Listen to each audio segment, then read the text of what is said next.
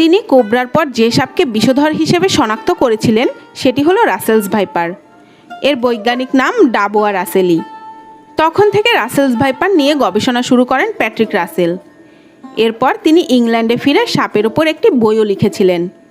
বিষধর এই সাপের ওপর তার গবেষণার জন্যই এই প্রজাতির সাপের নাম রাসেলস ভাইপার হয়।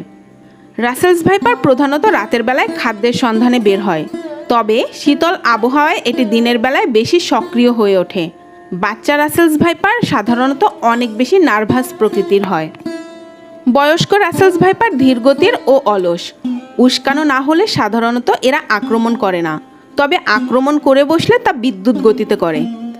আক্রান্ত বোধ করলে রাসেলস ভাইপার এস আকৃতির লুপ তৈরি করে দেহের প্রথম 1/3 উঁচু করে এবং এমন জোরে হিসিস শব্দ করে যা অন্য কোনো সাপ করে না।